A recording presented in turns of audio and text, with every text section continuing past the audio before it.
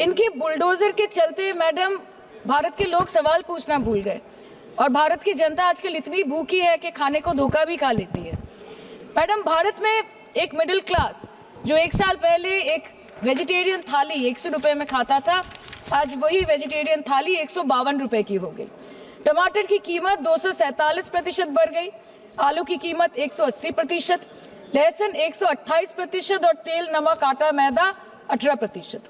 पहले आम आदमी पॉकेट में पैसा लेके बाजार जाता था और थैली भरकर सामान लाता था, लेकिन अमृत काल में आदमी थैली भरकर पैसा लेके जाता है और पॉकेट में आलू टमाटर प्याज लेके घर वापस आता है। सर, माननीय वित्त मंत्री ने पहले कहा था कि बहुत हो गई महंगाई की मार, अब की बार मोदी सरकार, और आज उनके विचार में inflation is an international problem, महंगाई एक अंतर्राष्ट्रीय समस्या है। तो विश्व गुरु विश्व बंधु इस अंतर्राष्ट्रीय समस्या का समाधान क्यों नहीं कर पा रहे हैं? Ma'am, 74% of Indians are unable to afford a healthy diet. The household savings have plunged to a 50-year low. Around 48% of the households in this country are facing a financial crisis क्योंकि उनका खर्चा उनकी कमाई से ज़्यादा है. The economic inequality in India is a 100-year high. The country's GDP growth rate for the second quarter 24-25 decreased to 5.4%, which is the lowest in 2 years.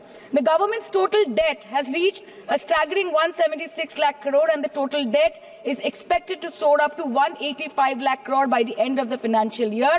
आज आपके उधार की वजह से हर हिंदुस्तानी पर 1.25 लाख का बोझ चढ़ गया और आप उनकी मजबूरी को अपनी ताकत समझते हैं।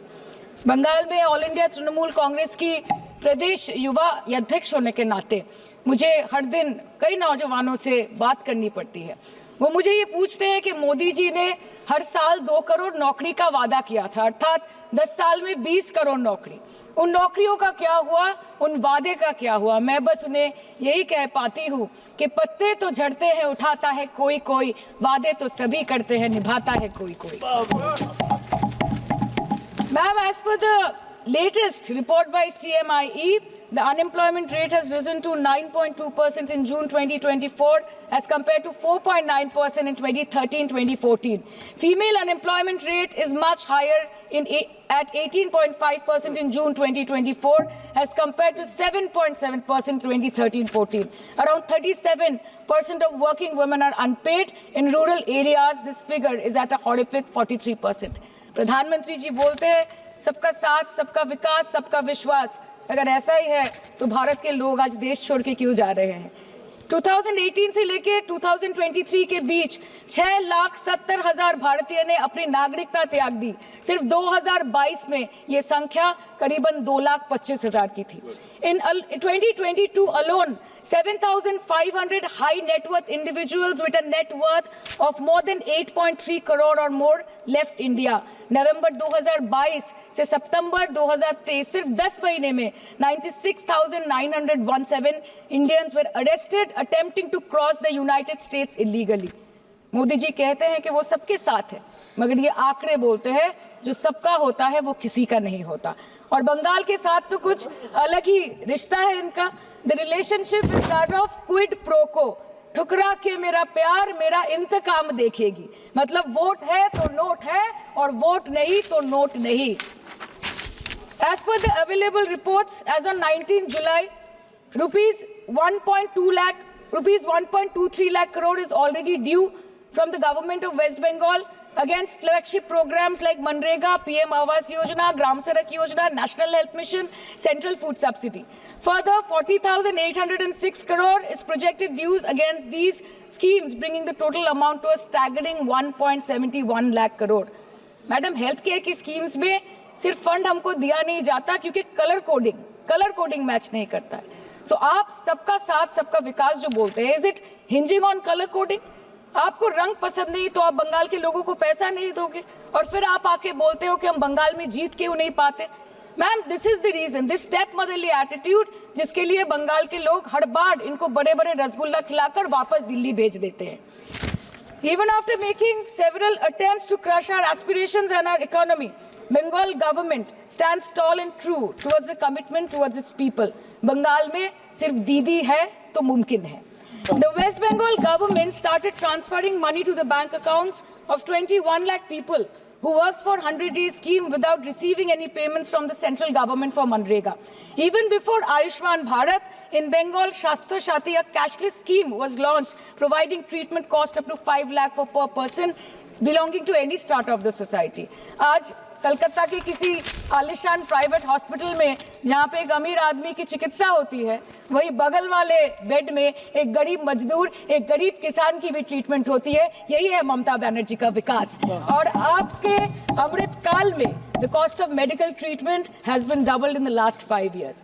आप फार्मास्यूटिकल्स की सर आरजीकर पे बात ना बोले, आपकी सीबीआई पे अभी तक कुछ बोल नहीं पाए। हम लोगों ने जो, हमारी पुलिस ने जो बोला था, they are still sticking to that. So उसके बारे में मत बात करें, ठीक है? आप उत्तर प्रदेश के बारे में बात करें ना सर।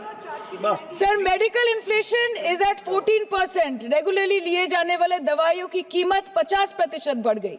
आप सिविल एविएशन के लिए ग्रांट्स मांग रहे हैं। एक डोमेस्टिक फ्लाइट, उसकी राउंड ट्रिप की टिकट 20 से 30 हजार में बिक रही है। आम आदमी आज हवाई चप्पल पहन के हवाई जहाज नहीं चल रहा, आम आदमी हवाई चप्पल बेच के हवाई जहाज चल रहा है। You are demanding funds for education, but conveniently ignoring the fact that 11 lakh children have dropped out of school according to your own data. आज भारत में सिर्फ 47.51% स्कूलों के पास कंप्यूटर की फैसिलिटीज है और उसमें 9% के पास इंटरनेट कनेक्शन।